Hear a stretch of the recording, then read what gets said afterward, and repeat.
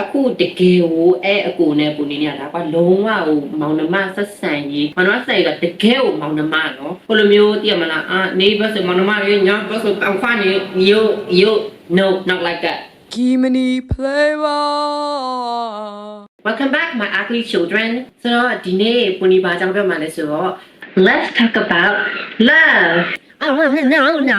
no. What is love? First, before I talk about love, I'm gonna be very negative. And you don't moan at me. How moan is like that? Aku mak camera kau biar pune. Nyano ada na battery tong nong aku na nong me January. I haven't even began the video. Began. I don't know. I'm not Shakespeare. I don't know English. So. အရင်ဆုံးအချစ်အကြောင်းမပြောခင်နှစ်တည်ကြရတဲ့ခံစားချက်တွေတောင်းလို့ရတဲ့အကြောင်းကိုဒီပဲနေတယ်ဒီမှာကိုနီဘလိုပဲနေဆိုတာခါကြတော့ကိုနီအတွက်ခံစားချက်ပြောင်းလဲဆိုတာကဆဆချင်းတော့ကတော့ဒီဘောဒီအရင်ကြီးစားကိုဒါမှမဟုတ်မပိုင်ခံရလိုက်လို့နှမျောတာမျိုးပြီးတော့တစ်ခါကြာရီးစားဟောင်းဆိုလို့ရှိရင်လည်းပြတ်သွားပြီးလို့ဒေါသတွေထွက်ပြီးလို့မကြေပွဲနှွှဲတာမျိုးအဲ့လိုမျိုးခံစားချက်ကနေနောက်ပိုင်းထွေးပြီးနဲ့ဖြစ်ခဲ့တာအားလုံးလက်ခံလာနိုင်ပြီးတော့ you know like you finally make peaceဆိုတော့ဒီနေ့ပူနီဒီပြောပြမယ့်အကြောင်းအရာတွေကလေဘယ်လိုလဲဆိုတော့ခါကြတော့ကွာဒါပူနီကအချစ်အကြောင်းလေးပြောမယ်ပြီးလူသား2ယောက်ကဒါဆက်ဆံရေးအကြောင်းပြောမယ်ဆိုတဲ့ခါကြတော့ပူနီဒီဗီဒီယိုကြည့်ရတဲ့လူတွေအားလုံးပူနီဒီဗီဒီယိုကြည့်ပြီးတော့စိတ်ထဲမှာအေးချမ်းသွားတာမျိုးပဲဖြစ်ဖြစ်နေတာဟိုလိုမျိုးကွာယောက်ျားနဲ့မိန်းမဆက်ဆံရေးမှာယောက်ျားတွေကပဲမှန်တယ်ဒါမှမဟုတ်မိန်းမတွေကပဲမှန်တယ်ပြီးဟို LGBT ဆက်ဆံရေးမှာဆိုလို့ရှိရင်လည်း LGBT ပဲမှန်တယ်အဲ့လိုပုံမျိုးမဟုတ်ပဲနဲ့ဘသူဘက်ကမှမလိုက်ပဲနဲ့ကွာကြည့်ရတဲ့လူအတွက်ကိုယောက်ျားဖြစ်မိန်းမဖြစ်ဖြစ်ဂေးရဖြစ်ဖြစ်အကုန်လုံးတွေ fair ဖြစ်တဲ့ topic မျိုးပဲပူနီပြောမှဆိုတဲ့ခါကြတော့ this is not gonna be negative this is going to be very positive ပြီးတော့ပူနီအဲ့လိုပေါ့နော်မလုံချင်ဆုံးပူနီမဖြစ်ချင်ဆုံးလူသားမျိုးဘယ်လိုလဲဆိုတဲ့အခါကျတော့အဲ့လိုတစ်ဖက်သေးကိုနင်းပြီးတော့ပြောပြီးတော့ကြံတဲ့ဒီစက်ညစ်ပဲလိန်တစ်ခုကနေပြီးကိုဗီဒီယိုကြည့်ပြီးတော့ပူလောင်ပြီးဒေါသထွက်သွားတာမျိုးပြီးအဲ့လိုပူနီတော့လာပြီးတော့ဆက်ရမျိုးမလို့ချင်တော့ညရောက်ကွာပြည့်မှာဟိုဒီဗီဒီယိုကြည့်နေလူပူနီကလေနင်တို့ဒီလိုလူမျိုးကိုပဲတွဲဒီလိုမျိုးအကောင်ကောင်းမဟုတ်ပဲနင်တို့ချစ်တဲ့နိုင်နဲ့မတွဲနဲ့ပြက်လိုက်အဲ့လိုမျိုးပြောလို့မရဘာလို့ပြောလို့မရလဲဆိုတဲ့ခါကျတော့ first of all that's your relationship that's your life I'm not your mom နင်တို့ဒါလုပ်တာမှန်တာဒါလုပ်တာမှားပြီပူနီပြပြလို့မှမရတာသူများဘောက်ကနင်မှာနွားမိုးခွင်းဆိုတာမရှိဘူးကွယ်ပြီးတော့ကိုဒါမှပဲအခုအတန်း20ခုဖြစ်ပြီမဲ့ကိုဒီအခြေရေးရောကိုဘွားရော you know I'm still figuring out ဘာကိုလမ်းရှာနေလို့ဆိုတဲ့ခါကျတော့ဟိုလမ်းကိုတွေ့တာဒီတယောက်လိုမျိုးဆရာကြီးလှုပ်ပြောတာမျိုးပူနီကပြောလို့မှအဆင်မပြေရသေးဘူးမကွက်နဲ့ကွက်မှာတိုင်ပတ်လို့ကောင်းတော့ဒီစကားပြောလို့နော်ဘုန်းကြီးကိုတခြားလူ blogger တွေနဲ့ရန်တိုက်ပေးရမျိုးပြီး relationship coach ရန်တိုက်ပြမျိုးမလုံးနဲ့နော်ချို့တွေကသူတို့ဘာလို့အဲ့လိုမျိုးအကြံဉာဏ်ပေးပြီးပြောကြတယ်ဒါတော့တာမှန်တယ်ဒါတော့တာမှားတယ်ဘာလို့ပြောကြလဲဆိုတော့ခါကျတော့သူတို့ကိုယ်တိုင်နီလန်းကိုတွေ့ထားတာမှုလို့ဘုန်းကြီးကကျတော့တွေ့တယ်ဦးဆုံးဒီဗီဒီယိုလိုမျိုးတငယ်ချင်းချင်းကအဲ့လိုပုံပြောပြီးတော့အချစ်ကြောင်ဆွေးနွေးရပုံမျိုးပေါ့နော်ဟိုလိုမျိုးကြီးမှန်တယ်မှားတယ်ဆိုပြီး debate လုပ်ပြတာမျိုးမဟုတ်ဘူးအရင်ကခုနကဘုန်းကြီးအထက်မှာပြောတာခံစားချက်တွေပြောင်းလဲဆိုတော့ကိုနီလေးကိုအဲ့လိုမျိုးကွာနည်းနည်းအသက်တဖြည်းဖြည်းကြီးလာတဲ့အခါခံစားချက်ကအရင်ကခံယူချက်နဲ့ခံစားချက်နဲ့မတူတော့ဘူးဆိုတာကိုသတိထားပြီးလိုက်ကိုကိုလည်းအဲ့ငါအဲ့လိုမျိုးနောက်ဆုံးတွေးတတ်ပြီလားဆိုပြီးတော့ပေါ့နော်ဒါပိုနီကို YouTube နဲ့ TikTok မှာပဲ follow ထားတဲ့လူတွေဆိုလို့ရှိရင်တော့မသိတော့ဘူး Facebook မှာဆိုတော့သိရပါ Facebook မှာဆိုတော့ပုံလေးတက်ကြပုံနဲ့ခါကြလို့ရှိရင် gallery တွေပါရှင်းနေကွာလို့ကျောင်းလုံးကတက်ဖို့ငယ်တော့ဓာတ်ပုံတွေတွေ့တဲ့ခါကြလို့ရှိရင်အဲ့ဒါလေးတွေကိုပုံနီပြန်တင်ပြီးတော့ပြတယ်ကွာပြတဲ့ခါကြတော့ပုံနီအကျင့်အောင်လဲတဲ့ခါကြဒီပေါ့ဒီလူကြောက်ကို1500လည်းပဲချစ်ချစ်မှာ28နဲ့ပဲချစ်သူနဲ့ကိုနဲ့အဲ့စကားပြောရတဲ့ conversation တွေမှာချစ်ဖို့ကောင်းတဲ့အပိုင်းတွေရည်ရတဲ့အပိုင်းတွေဆိုလို့ရှိရင်ပုံနီ screenshot လေးရိုက်ပြီးပုံနီတိန်းထားတယ်ကွာအမှတ်တရကိုတဲ့ခါကြတော့အဲ့ကျောင်းလုံးကအဲ့လိုမျိုးငယ်ငယ်ကပုံလေးတင်နေအဲ့အကိုကြီးတရားနဲ့ပြောရတဲ့ conversation ကိုနီကဆက်ပြောလိုက်ပြီးကိုနီတင်တာကွာအဲ့ကွာသူပြောတာကိုနီကတပ်ပုံလေးချစ်ဖို့ကောင်းတယ်ဗောအဲ့လိုပြောတာအဲ့ဒါကိုကျွန်မသိရတက်ပြီးတော့အဲ့ဒါကိုတင်ထားတဲ့ဟာလေးကိုတင်ထားတာတင်တဲ့ခါကျတော့လူတွေကမေးကြချို့တယ်အဲ့အကိုကြီးနဲ့ဘယ်လိုဖြစ်သွားရလဲဆိုတော့ကျတော့အခုဒီအဆက်တွေရှိအောင်မအဆက်တွေရှိအောင်မဲဆိုကိုနီအထင်မလွဲနဲ့နော်ဘယ်လိုဆိုခါကျတော့ကိုနီကိုလိုအတိတ်ကလူနဲ့ခုဒီဇာရှုပ်ပြတော့မပြီးမပြတ်သေးအဲ့လိုမျိုးဟာမျိုးမဟုတ်ဘူးအခုတကယ်ကိုအဲ့အကိုနဲ့ကိုနီနေတာကွာလုံးဝဟိုမောင်နှမဆက်ဆံရေးမောင်နှမဆက်ရတာတကယ်ကိုမောင်နှမနော်ဟိုလိုမျိုးတည်မလားနေဘက်ဆိုမောင်နှမရေညာဘက်ဆိုအခွားနေ you no not like that this man is literally my brother အဲ့ကိုပူနီကြိုက်ခဲ့ရဆိုတာတက္ကသိုလ် first year တွေကနေစပြီးတော့တက္ကသိုလ် first year ကနေပူနီကတက်ရလောက်ကြီးကိုပူနီကြိုက်ခဲ့ရကွာတက်ရတော့မကဘူးလို့ final လောက်ကြီးထင်တယ်လို့4-5နှစ်ဝန်းကျင်လောက်ကြိုက်ခဲ့ရကြိုက်ခဲ့တယ်ဆိုရင်ပူနီဘက်ကဘာမှမလုပ်ဘာလို့ဘာမှမလုပ်လဲဆိုတော့ first of all I'm shy အခုချိန်ကြီးအဲ့လိုပဲပူနီတဘောကြရလူရှိရလို့ရှိရင်သွားပြီးတော့လို့ပတ်သက်ကမှာပူနီဘက်ကရှက်တော့ပူနီမပတ်သက်ဘူးကွာကောက်ကိုမဆိုင်လို့ပဲနေတယ်ကွာရှင်ထဲမှာပဲတင်းတာအပြင်လမ်းတီးလို့ပဲနေနေမစီနေတော့လေကွယ်စင်တာပေးဆိုင်မင်းနောက်ကွယ်တိတ်တိတ်ကလေးပဲရှာသွားမယ်ရပြီးတော့ခါကြတော့ကွာပူနီဗီဒီယိုရေငကိုရကြည့်ရလို့ဆိုသိရကွာပူနီကအချိန်ပြောသွားတယ်နော်တက္ကသိုလ် first year ကနေပြီး ပြီးတော့ကိုနီ final လောက်ထိကိုနီဒီကြောက်ကိုသဘောကျတယ်ဆိုပေမဲ့ဂျားထဲမှာကိုနီရီးစားရည်လည်းထားဖို့ပဲသူတို့နဲ့တက်တဲ့အကြောင်းအရာတွေလည်းကိုနီဒီဗီဒီယိုချက်တွေကိုနီပြောဖို့လေဂျော်လော်ဂျီဖီးစင်းတော့ကလည်းတော်ထဲမှာပါလာတဲ့အကိုကြီးနဲ့စမပြီးတက်ပြီးနန်းလိုက်ပြီးနန်းနေဆိုတော့ခုလိုမျိုးညစ်ပတ်မဟုတ်ဘူးကြိုင်းမဲ့ဒီမှာဆက်ကြောတက်လို့စိတ်ချပုံမျိုးအဲ့လိုမျိုးဖြစ်ဖို့တော့ကိုတယောက်ကိုနီကဘာလို့ကြိုက်တယ်ဆိုတော့ပြောမှာတော့ကိုယ်တိုင်မှခံစားချက်မှာမရှင်းနေကြတော့ကိုတကယ်ကြိုက်တာလားညံ့ညင်တာလားကိုကတော့မှတွေ့ဝင်နေခဲ့တဲ့အချိန်လေးအားကြောင့်လို့ဘာမှမပြောခဲ့ဘူးအဲ့လိုနဲ့ပဲအခုနည်းနည်းအသက်ကြီးလာပြီးတော့ကိုနီဘန်ကောက်မှာရှိခဲ့တော့ကွာအဲ့အကိုနည်းနည်းတောင်ဟန်းကောက်လုပ်တယ်ကွာဟန်းကောက်လုပ်တော့အဲ့နဲ့အဲ့အကိုနီပြောလိုက်တာကိုလို့ကိုနီကြိုက်ခဲ့တာလို့ကိုတိလားလို့သူကနေအဲ့ဘုရားဟုတ်တယ်လို့သူကနေတကယ်အကိုကြိုက်ခဲ့တာကိုနေဟုတ်တယ်လို့တကယ်ကြိုက်ခဲ့တာလို့အကိုသာမသိရလို့ကိုဘေးနာတကယ်ချင်းနေအားလုံးလို့သိရသူတို့လည်းကိုနီပြထားတယ်အဲ့အကိုကနေပဲအဲ့ကနေဘာလို့ဆိုလို့ရှိရင်အကိုကိုမပြောပြခဲ့ရတယ်ဆိုတော့မပြောပြခဲ့ဘူးဆိုတာဘုရားပြောပြမှာရှက်တာဘူးလို့ပြောခါကြတော့ပြောပြတော့ဘာထူးမှမဟုတ်လို့တော့လို့သိရမလားဟိုပြန်ကြိုက်နိုင်မှာမဟုတ်ဘူးဆိုတာလည်းသိနေရမို့လို့ကိုနီကမပြောပြခဲ့ရလို့တက်ခါကြတော့ဒီမှာကိုနီပဲနဲ့ပြောင်းလဲခြင်းဆိုတာဘာလဲဆိုတော့ဘန်ကောက်မှာအဲ့ကိုနဲ့ပြန်ပြီးတွေ့ရဲတောက်လျှောက်ကအမြဲဟန်းကောက်လုပ်တယ်ကွာကိုနဲ့ကိုယ်စိတ်ထဲမှာကိုတွေ့ရပါတော့ဟိုသူနဲ့ဒါမတွေ့ရကြပြီငါသူ့ကိုလည်းငါကြိုက်ခဲ့ပြီးတော့ပြလိုက်ပြီးဆိုတော့ခါကြတော့အခုဟိုအမြဲလို့တွေ့နေနေငါသူ့ကိုအရာလို့ခန္ဓာချက်များရှိလာမလားသူ့ငါအကိုတယောက်လို့မဟုတ်ပဲနဲ့အရာလို့ယောက်ျားတယောက်လို့ပြန်ပြီးတော့မြင်နိုင်မလားဆိုပြီးကိုကကိုနီ question တွေအများကြီးထုတ်ခဲ့တယ်ငါခန္ဓာချက်ပြန်ပြီးပြောင်းလဲလာမလား no လုံးဝမပြောင်းလဲဘူးအရန်သိကြတယ်သူ့ကိုတကယ်အကိုအရင်တယောက်လို့ပဲသဘောထားတော့တယ်အထက်ပို့ပြီးခန္ဓာချက်လုံးဝမရှိတော့ဘူးတေချာပါဆိုတော့ကိုလည်း shock ဖြစ်သွားတယ်ဆိုတော့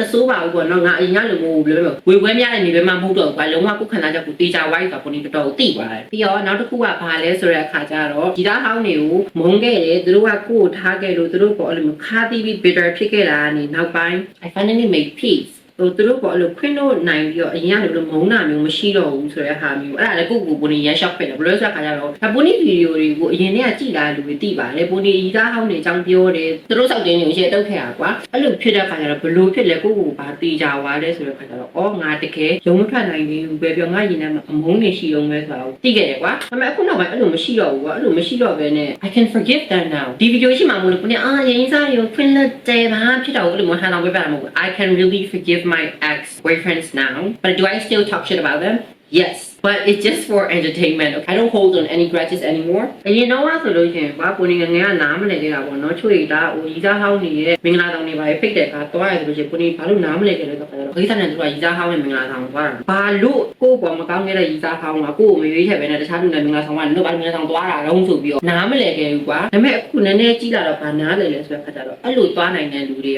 Tell me out of Mimuka, Pony to Kajaro, Palu, Kuni, Puni, Yinta out, I mean, I'm going to pick the solution. တွားနိုင်တယ်ဘာလို့တွားနိုင်လဲဆိုတဲ့ခါကျတော့ I don't hate them anymore မမုန်းတော့ဘူးကွာနာကြီးရတယ်လည်းမရှိတော့ဘူး in fact I'm happy ဝမ်းအောင်တာဘာလို့ဝမ်းတာလဲဆိုတော့ငါနဲ့တွဲခဲ့တော့ငါတော့သူလည်းမကောင်းခဲ့ဘူးငါလည်းမကောင်းခဲ့ဘူးအဲ့လိုကနေမတော့ခုတော့သူလည်းကြောင်းနေသွားပြီလိမ်မာသွားပြီသူ့ရဲ့ဒီတကယ်အချစ်နဲ့တွေ့ပြီးတော့ဒီဘဝမှာဒီလူနဲ့သူအတူအခြေချဖို့လို့ဆုံးဖြတ်လိုက်ပြီးသူလည်း happy ending နေနောက်ဆုံးတော့ရလာပြီလားဆိုပြီးတော့သူ့အတွက်ကဝမ်းတာပေးရမျိုးကွာအရင်ကလေကိုယ့်ကိုအဲ့လိုဝမ်းတာပေးနိုင်မဲ့စိတ်မျိုးရှိခဲ့မယ်လုံးဝမထင်ခဲ့ဘူး I swear to God but now ဒီစကားပြောရတာဒါတော့လူတိုင်းကြားဘူးတဲ့စကားဖြစ်မှာပါ but this is like very cliche influencer တိုင်းမဖြစ်ဖြစ်လက်တွေ့တော့ကလူတိုင်းမဖြစ်ဖြစ်လူတိုင်းရမ်းပြောတဲ့စကားဘာလဲဆိုတော့အချိန်ကဆေးပဲအချိန်ကကူစားသွားမှာပါ it actually does တကယ်ကိုအချိန်ကတကယ်ကုစားတယ်ပုံနည်းအတွက်လည်းအချိန်ကတကယ်ကုစားတယ်ကွာဆိုတော့ပုံနည်းဒီစကားပြောတဲ့ဒီဗီဒီယိုကြည့်နေညီမလေးပဲဖြစ်အမလေးပဲဖြစ် like ဒေါက်တာပဲမဖြစ်ကွာပုံကနေပါဆိုလို့ရှိရင်ပုံနည်းပြောလို့ပဲအချိန်က where the fuck is my brush Okay, where's the mirror again? I'm talking about love, I'm talking about positivity, but now I'm actually angry. အချိန်ကကူတာတော့မှာဆိုတဲ့ခါကျတော့ငါအချိန်တန်လို့ရှိရင်သူ့ကိုမေ့သွားမှာပါ Will you won't အဲ့လိုမျိုးတိုင်းပြီးမေ့မှာတော့မဟုတ်ဘူးဘယ်လိုလဲဆိုတဲ့ခါကျတော့အဲ့လိုမျိုးအချိန်ကကူတာတော့မှာမှန်ပေမဲ့လေအဲ့အချိန်အတော်အတွင်းမှာကိုအဲ့လိုမျိုးဘယ်လိုပြောတော့ပြန်ပြီးတော့ကူတာဖို့ healing လုပ်ဖို့ဆိုတာလေအရေးကြီးอ่ะအဲ့ဒါမှအချိန်ကကူစားပေးနိုင်မှာမဟုတ်ဘူးဆိုတဲ့ခါကျတော့အချိန်ဘယ်လောက်ပဲကြာဒီလူရောက်9နှစ်10နှစ်15နှစ်လောက်ရင်းထဲမှာတိတ်နာပြီးချားလူနဲ့အစမပြေဆက်ရုံပဲဖြစ်သွားလိမ့်မယ်ဆိုတဲ့ခါကျတော့ time really does heal you but you got to do the work fast အခုကိုနီဒီဗီဒီယိုအစမှာပြောခဲ့တဲ့ what is love အချစ်ဆိုတာဘာလဲဆိုတော့ဟာကိုနီနားလေတဲ့ဟာကိုနီပြောမယ်ကွာကိုနီပြောကြတော့အချစ်ဆိုတာကွာတတ်မှတ်ထားတဲ့ definition တွေကအများကြီးပဲပြီးတော့ဒီဗီဒီယိုကကိုနီအခုဘာမှချမေးတာမလဲလက်တန်းပြောနေတဲ့ခါကျတော့ကိုနီခေါင်းထဲမှာပေါ်လာလောက်မမေ့လောက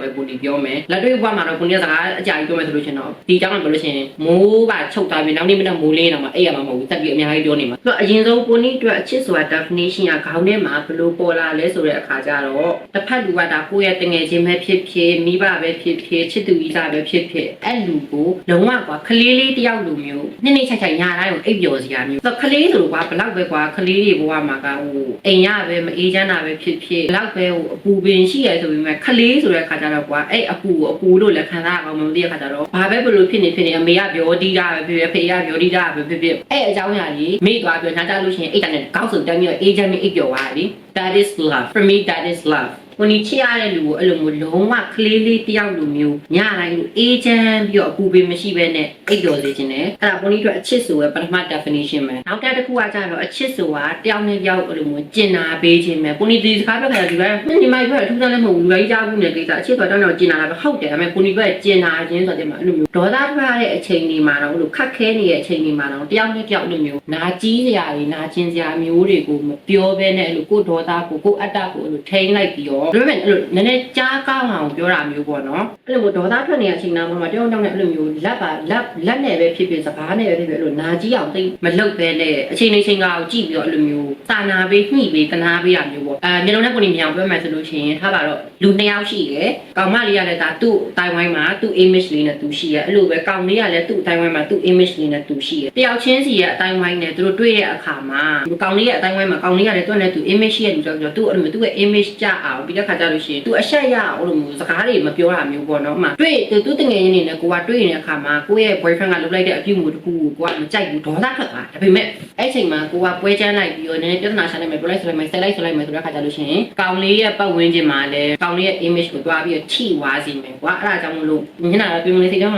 ရောင်းသားလေးနော်အိမ်ရောက်ညင်ကကြောင်းကြည့်နေအိမ်ရောက်တော့ညင်ကလုံလာအခုလူကြားထဲမှာဘလို့ညင်ကရှောက်ခွဲသူအိမ်ရောက်ညင်ကဘလို့လုံလာမေး that is love that is actually love ပြမကိုရဲ့ boyfriend ကိုရဲ့ girlfriend ရဲ့ image သူ့ပတ်ဝန်းကျင်မှာမကြအောင်လို့လက်တလုံးမှာကိုပောက်ကွဲသွားတဲ့ကိစ္စကိုခဏမျိုးသိထားပြီးတော့နှစ်ယောက်ထဲရှိတော့မှအေးအေးဆေးဆေးပြောမယ်ဒါမှမဟုတ်တောင်းညံ့ရင်တောင်းညံ့မယ်လောလောဆယ်လူကြားထဲတော့မလုပ်သေးဘူးအော်သူရှက်သွားပါလိမ့်မယ်ဆိုပြီးဖြည့်ပေးပြတတ်တာ oh my god အဲ့လိုလူစားမျိုးလေဒီဗီဒီယိုကြည့်နေတဲ့လူတိုင်းကိုကိုနေရစေခြင်းအခုလေကိုနေ purple blush တာတော့ညာဗီဒီယိုထဲမှာကင်မရာထဲမှာပေါ်လာမပေါ်လာတော့မသိရအောင်နော် I'm just gonna do whatever I want အဲ့ဒီပေါင်တာကြတော့ပေါ်ရတော့ဒီပေါင်တာကြတော့ပေါ်ဒီပေါင်တာကလေဒါကိုနေ Etude House ကဝယ်ထားတာ purple blush ကိုမှအဲ့လိုကိုနေလိုညိုပဲလူပေါ်တော့မှပေါ်နေတယ်ဆိုလို့ရှိရင်တော့ get this one this is really good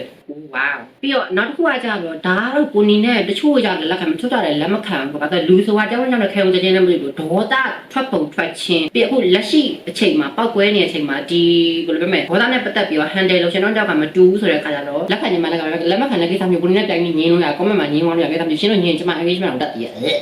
်တမန်တော့လည်းပေါ့နော်အဲ့လိုမျိုးနည်းနည်းကိုစာနာတက်အဲ့လိုမျိုးယူရကျင်နာတတ်တာပေါ့နော်ညလုံးနဲ့မြင်တာကိုဒီပြောမှဆိုပါအခုချိန်မှာကိုနေကကိုနေ boyfriend နဲ့ထားပါတော့ရန်ဖြစ်တယ်ကွာရန်ဖြစ်ပြီးတော့ခါကြတော့ကိုနေကဒေါသထွက်ပြီးတော့တော့ရပြန်မယ်ဆိုပြီးတော့မိုးတွေရွာနေတာကိုလက်ချက်ပြီးပြန်မယ်အဲ့ချိန်မှာ तू ကကောင်မပြင်းနေတာပြင်းနေလည်းငါစိတ်ဆိုးရဆိုပြီးကိုနေကိုမိုးရတယ်ချင်းပါတယ်တော့ရင် public တွေနင်းဘွားနင်းအကြောင်းဆိုအဲ့လိုမျိုးလှုပ်ပေးလိုက်တာဒါမှမဟုတ်သူလည်းပောက်ကွဲသွားတယ်ကိုနေလည်းပောက်ကွဲသွားတယ်ဒါပေမဲ့မိုးရည်တယ်သူကြောက်ခဲပြားမှပြီးမိုးရလည်းရွာနေဖျားလိုက်မယ်တနာပါရဲ့လေးဆိုပြီးတော့စိတ်ဆိုးရင်မလဲတော့ချီးလိုက်ဆောင်ပေးတာမျိုးအဲ့လိုမျိုးကဒေါသထွက်နေတဲ့အချိန်မှာတော့ကိုယ့်ဘောအဲ့လိုမျိုးကျင်နာပေးတတ်တဲ့လူမျိုးလည်းဒီဗီဒီယိုကြည့်ရလို့ကိုနေရစေချင်တယ်ဘာလို့လဲဆိုတဲ့ခါကျတော့ that is my dad ကိုနေအဖေကအဲ့လိုယောက်ျားသူအမေပေါ်စိတ်ဆိုးရရှိရဒေါသထွက်တာရှိရဒါပေမဲ့လေငငယ်တွေကအခုထိလေအမေပေါ်အဲ့လိုမျိုးလက်ပါတာမျိုးလေမမြင်ဘူးသူစိတ်ဆိုးလဲကွာယောက်ျားကြီးဆိုတဲ့ခါကျတော့သူ့ရဲ့ anger ကိုတော့တခြားလူတကားတွေနေရနေမှာသူပုံချလိုက်တာမျိုးရှိတာပေါ့ but trust me I didn't grow up in a violent family no my family is really peaceful အဖေလိုယောက်ျားမျိုးကိုကွာမြင်ပြီးတော့ကြီးလာဆိုတဲ့ခါကျတော့ I also want a man who is like my dad I don't want my dad okay my dad is my dad I see him as a father, not as a... Oh my god, this is so weird. But yeah, you all deserve a man like that. နောက်ထပ်ကိုနေတို့အချစ်အတွက်အတိတ်ပဲဖွင့်ဆိုခြင်းရပါလဲဆိုတဲ့ခါကျတော့ဒီလူအရှိကိုအရှိတိုင်းချစ်ဖို့ပဲအရှိကိုကြိုက်ချစ်ဖို့တော့ကိုနေကဘာလို့မပြောင်းလဲရဘူးဘာညာမပြောချင်ဘူးထားပါတော့ကိုတွဲနေရမှာရီးစားဖဲသမားဖြစ်နေဖြစ်ဖြစ်ရသမားဖြစ်နေဖြစ်ဖြစ်အဲ့ဒါဆိုလို့ရှိရင်တော့မကောင်းဘူးကွာအဲ့လိုအရာမျိုးကိုပြောင်းလဲပေးတာတော့ဘယ်လိုပြောမလဲအရှိကိုအရှိတိုင်းချစ်တော့ကွာကိုနေ case မှာဆိုတဲ့ခါကျလို့ရှိရင်အခုတည်းကကိုနေစကားတွေအရန်ပြောတယ် online ပေါ်မှာအရန်သွက်တယ်ဆိုတဲ့ခါကျတော့လူတော်တော်များများကိုနေကိုအပြင်မှာလည်းအဲ့လောက်ကြီးတွက်မယ်ချင်တာမဟုတ်ဘူးအပြင်မှာလည်းတွက်တယ်ကိုနေလည်းငြိမ်သွားတဲ့အခါမျိုးရှိရကွာအဲ့လိုကိုနေငြိမ်သွားတဲ့အခါမှာဘာလို့ငြိမ်သွားရလဲသူ့ကိုချစ်တော့ဘူးလားသူနဲ့ရှိရတာမပြောဘူးလားအဲ့လိုပြဿနာရှာမျိုးမဟုတ်ပဲနဲ့အော်ဒီလိုငြိမ်သွားတာလေဒါကိုနီးရဲ့ရှိချင်းတရားတွေကတခုပါလား character တွေကတခုပါလားဆိုတော့လက်ခံပြီးပြောအော်ဒီလိုငြိမ်လာတဲ့သူချစ်ဖို့ကောင်းတာပဲဆိုအဲ့လိုမျိုးကိုအရှိကိုအရှိတိုင်းလက်ခံပြီးရမျိုးသဘောကျဘယ်လိုဆိုတော့ကိုနီးကကွာဒါကိုနီးရဲ့မကောင်းတဲ့ချက်ဘာလို့ကိုနီးရဲ့ relationship တွေမှာကွာအရင် performative ဖြစ်တယ် အရန်လို့တစ်ဖက်လူကကို့အနာမှာအမြဲတမ်းရှိကြအောင်ဆိုပြီးတော့အစပိုင်းမှာပဲကိုပြခဲ့တဲ့ image ကိုမဟုတ်တဲ့ပုံစံကြီးကိုအရင်ဆွဲထားပြီးတော့ကွာအဲ့ဒါကြီးကိုပဲချပြပြီးဒီလူကကိုကွာလည်းရှိအောင်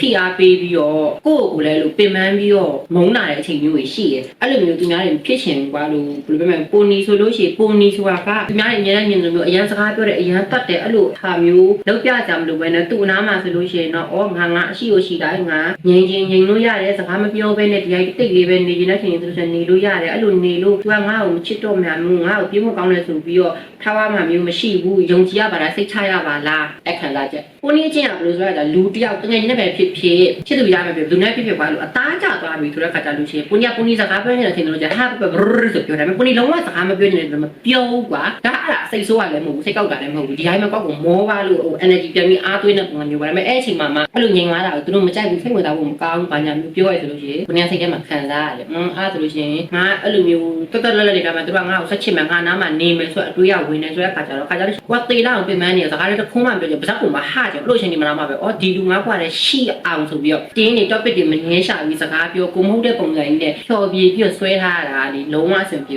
အရန်ပြင်မှာအဲ့ဒါမလို့ကိုယ့်ရဲ့ဒီအရှိကိုအရှိတိုင်းကိုယ့်ရဲ့အေးတဲ့ပုံစံပဲဖြစ်ဖြစ်ဟို24နာရီကိုယ့်ရဲ့ဟိုနတ်တဲ့ပုံစံမျိုးပဲဖြစ်ဖြစ်အဲ့ဒါကိုအရှိကိုအရှိတိုင်းလက်ခံပေးနိုင်မဲ့လူမျိုးနဲ့ကြုံနေတယ်အဲ့လိုပဲကိုကလည်းတစ်ဖက်လူရဲ့အဲ့ပုံစံကိုလည်းလက်ခံပေးနိုင်ဖို့ကလိုအပ်တယ်လို့ကိုကြီးထင်တယ်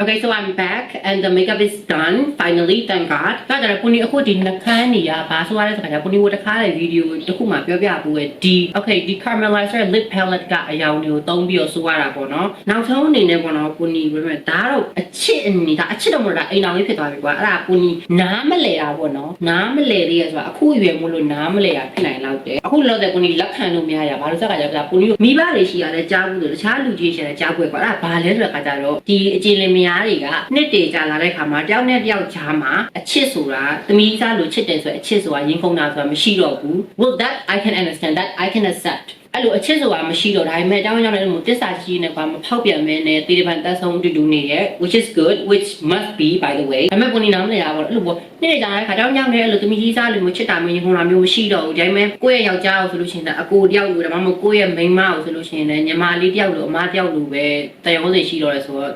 စကားကိုနီလက်မခံတာမဟုတ်ဘူးနားမလဲနေတာဘာလို့လဲဆိုတော့ကိုနီယောက်ျားရပဲခါပဲရတဲ့ခါကြလို့ရှိရင် if one day my husband comes to me တရက်မှာကိုနီယောက်ျားကိုနီရှိကိုနီကိုရောက်တယ်ကိုနဲ့မင်းနဲ့လက်ထပ်တာအနှစ်20ကြာပြီနော် which is why I don't love you anymore bitch မြို့ကချစ်တော့ဘူးမြို့ကညီမလေးလိုပဲမြင်တယ်အဲ့ဒါပြောမယ်ဆိုလို့ရှိရင်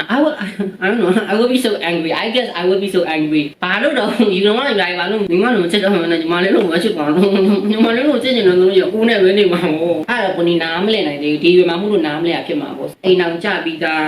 အမားကြီးညီမကြီးလောက်ပဲတီးလောက်မယ်ပေါ့နော်အဲ့ကြောင့်ကိုနီပြောတယ်ကိုနီဗီဒီယိုဆက်မှာပြောခဲ့တယ်ကိုနီပြောပြတဲ့အကြောင်းအရာတွေကဒါကိုနီရဲ့တူဒီတော့အမြင်နဲ့ပြောပြတာအကုန်လုံးကမှန်တယ်လည်းမဟုတ်ဘူးအကုန်လုံးကမှားတယ်လည်းမဟုတ်ဘူးကိုနီအယူအဆပဲအဲ့လိုမျိုးပြောမယ်လက်ခံတင်တယ်ဇနာလက်မခံတယ်အဲ့လိုမျိုးတစ်ဖက်ကကြီးကိုနီမပြောပါအဲ့ကြောင့်ကိုနီပြောတာစကားကိုကိုနီဘယ်တော့မှအကုန်မပြောဘူးဆိုတော့ဒါပေမဲ့အခုတော့ဒီဗီဒီယိုတော့ကျွန်မစကားပြောတာကုန်ပြီမောပြီဆိုရ thank you so much for watching ပြီးတော့ခါကြလို့ရှိရင်ဒီဗီဒီယိုကြည့်နေတော့ကြာမိမ you know like LGBT all the alphabets ဘယ်လိုပဲဖြစ်ဖြစ်ကိုနီခုနကပြောပြခဲ့တယ်ပေါ့နော်ဒါလိုပဲတယောက်နဲ့တယောက်နဲ့အဲ့လိုမျိုးသူ့အတိုင်းဝိုင်းကိုအတိုင်းဝိုင်းမှာတယောက်အချက်ကိုတယောက်ကာကွယ်ပေးတတ်လို့စာနာပေးတတ်တဲ့ချစ်သူမျိုးပြီးတော့ခါကြလို့ရှိရင်ညတိုင်းပေါ့နော်ကိုယ့်ရဲ့ချစ်သူကိုကိုရောအဲ့လိုမျိုးပါခလေးလေးတယောက်လိုပူပင်မရှိပဲနဲ့လုံးဝနှိမ့်ချိုက်ချိုက်အဲ့လိုအိတ်ဆက်နိုင်ပါစေအဲ့လိုလူစားမျိုးရင်းနဲ့ပဲကြုံပါစေလို့ပြောပြပါတယ်ဆို thank you so much for watching and I love you guys